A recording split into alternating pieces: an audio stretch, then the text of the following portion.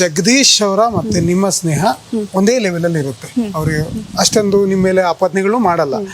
ಆದ್ರೆ ಜಗದೀಶ್ ಅವರ ಹೊರಗಡೆ ಬರ್ಬೇಕಾದ್ರೆ ನೀವು ಒಮ್ಮೆ ಅವ್ರಿಗೆ ಅಪಾಲಜಿ ಕೇಳಿ ಅಂತ ಏನಾದ್ರು ಹೇಳ್ಬೋದಾಗಿತ್ತು ಅಂತ ಅನ್ಸುತ್ತೆ. ಸರ್ ಒಬ್ರಿಗೆ ಹೋಗ್ಬಿಟ್ಟು ನೀವು ಕ್ಷಮೆ ಕೇಳಿ ತಲೆ ಬಗ್ಸಿ ಅಂತ ಹೇಳಕ್ ನಾನ್ ಯಾರು ಅಲ್ಲ.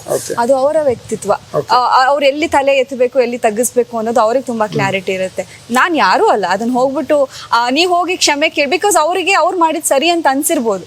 ಅದನ್ನ ಹೋಗ್ಬಿಟ್ಟು ನಾನು ನೀವು ಅಲ್ಲಿ ಹೋಗಿ ತಲೆ ಬಗ್ಸಿ ನೀವು ಸಾರಿ ಕೇಳಿ ಅಂತ ಹೇಳಕ್ ನಾನು ಯಾರು ಅಲ್ಲ. ಅದು ಅವರ ವ್ಯಕ್ತಿತ್ವ ಸರ್. ಅಲ್ಲಿ ನಾನ್ ಯಾರು ಆಗಿರಲ್ಲ. ಅದು ತಪ್ಪಾಗುತ್ತೆ. ಜಗದೀಶ್ ಅವ್ರನ್ನ ಹೊರಗಡೆ ಬಂದ್ಮೇಲೆ ನಾನು ಮಾತಾಡಿಸಿದಾಗ ಅವ್ರನ್ನ ಮಾತು ಹೇಳ್ತಾರೆ ಬಿಗ್ ಬಾಸ್ ಮನೆ ಒಳಗೆ, ಅನುಷ್ ಅವರಿಂದ ಗಾಡ್ ಫಾದರ್ ಇದ್ದಾರೆ ಅಂತ. ಇದಾರ ಮೇಡಮ್? ಇಲ್ಲ, ಯಾರು ನಿಮಗ್ ಗೊತ್ತಾ ಯಾರಾದ್ರೂ ಗಾಡ್ ಫಾದರ್? ಅವರೇ ಹೇಳ್ತಾರೆ, ನಾನು ಅವ್ರ ಹತ್ರ ಬಾಯ್ ಬಿಡಿಸ್ತೆ, ಅವ್ರು ನನಗೆ ಹೇಳಿದ್ದಾರೆ ಅಂತ. ನಾವು ಆ ಒಂದು ವಿಷಯನೇ ನಾನು ಮಾತಾಡಿಲ್ಲ ಅವರೊಟ್ಟಿಗೆ. ಗಾಡ್ ಫಾದರ್ ಅನ್ನೋ ಟಾಪಿಕ್ಗೆ ನನ್ನ ಜಗದೀಶ್ ಸರ್ ಮಧ್ಯೆ ಬಂದಿಲ್ಲ ಯಾವತ್ತು. ಗಾಡ್ ಫಾದರ್ ಅಂತ ನನಗೆ ಯಾರೂ ಇಲ್ಲ ಸರ್. ಮೇಡಮ್, ಗಾಡ್ ಫಾದರ್ ಅಂತ ಆದ್ರೂ ಯಾರಿರ್ಬೋದು?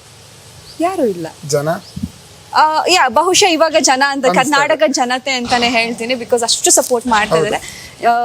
ನಮ್ಮ ಜನ ಮೆಚ್ಚಿದ ನಾಯಕಿ, ನಮ್ಮ ಮನೆ ಮೆಚ್ಚಿದ ಮಗಳು, ಬಿಗ್ ಬಾಸ್ ಟ್ರೋಫಿ ಗೆದ್ದಿಲ್ಲ ಅಂದ್ರೆ ಏನಂತೆ, ನಮ್ಮ ಮನ್ಸು ಗೆದ್ದಿದ್ದೀರಾ, ಈ ತರ ಒಂದು ಕಮೆಂಟ್ಸ್ಗಳು ಮೆಸೇಜಸ್ಗಳೇ ನನಗೆ ಬರ್ತಿರೋದು. ನಾಲ್ಕು ಒಂದು ಸ್ಟೋರಿಗೂ ಪ್ರತಿಯೊಂದು ರಿಪ್ಲೈ ಈ ತರ ಬರ್ತಿದೆ.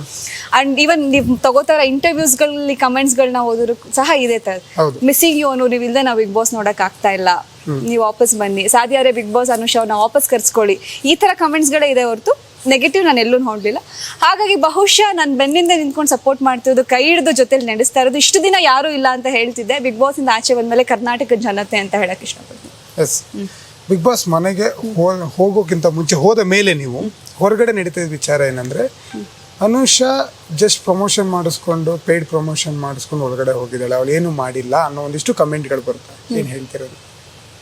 ಪೇಯ್ಡ್ ಪ್ರಮೋಷನ್ ಅನ್ಸೋದಾದ್ರೆ ನನಗೆ ಅದೆಲ್ಲ ಗೊತ್ತಿಲ್ಲ. ಪ್ರಮೋಷನ್ ಬಗ್ಗೆ ನನಗೆ ನಿಜವಾಗ್ಲೂ ಗೊತ್ತಿಲ್ಲ. ಇನ್ಫ್ಯಾಕ್ಟ್ ನಂಗೆ ಆಚೆ ಬಂದಾಗ ನೀವು ಪ್ರಮೋಷನ್ ಮಾಡಿಸ್ಕೊಂಡಿದ್ದೀರಾ, ನೀವು ಇರ್ತಾ ಇದ್ರಿ ಮನೆಯೊಳಗೆ ಅಂತ ಹೇಳಿದ್ದಾರೆ ತುಂಬ ಜನ. ಏನು ಪ್ರಮೋಷನ್ ಯಾವ ಥರ ಮಾಡಿಸ್ಬೇಕಂದ್ರೆ ನಂಗೆ ದೇವರಾಣೆಗೂ ಗೊತ್ತಿಲ್ಲ.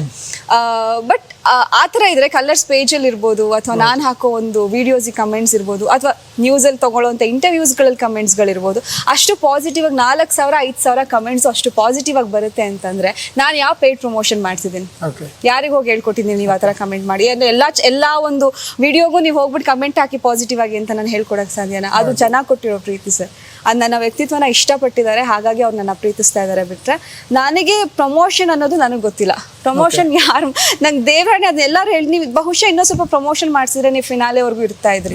I don't believe that. ನಾವು ಚೆನ್ನಾಗಿ ಆಟ ಆಡ್ತಾ ಇದ್ರೆ, ನಾವೇನೋ ಒಂದು ಮಾಡಿದ್ರೆ, ಕಂಟೆಂಟ್ ಕೊಟ್ರೆ ಜನ ಪ್ರೀತಿಸ್ತಾರೆ. ಇಲ್ಲ ಅಂತಂದ್ರೆ ಆಚೆಗೆ ನಾನು ಅನ್ಕೊಂಡಿದ್ದ ಹಾಗೆ, ನಾನು ಆಚೆ 50 ದಿನಕ್ಕೆ ಬಂದಾಗ ಬಹುಶಃ ನಾನೇನು ಮಾಡಲಿಲ್ಲ, ಜನ ನನ್ನನ್ನು ಇಷ್ಟಪಟ್ಟಿಲ್ಲ, ಅದಕ್ಕೆ ಇಷ್ಟು ಬೇಗ ಹೊರಗೆ ಕಳಿಸಿದ್ದಾರೆ ಅನ್ಕೊಂಡೆ ಬಂದಿದ್ದು. ನಾನು ಇಲ್ಲಿ ಬಂದ್ಮೇಲೆ ನೋಡಿದಾಗಲೇ ಅದು ಇಲ್ಲ, ನನ್ನನ್ನು ಇಷ್ಟಪಟ್ಟಿದ್ದಾರೆ ಅನ್ನೋ ಒಂದು ಕ್ಲಾರಿಟಿ ನನಗೆ ಸಿಕ್ಕಿದ್ದು.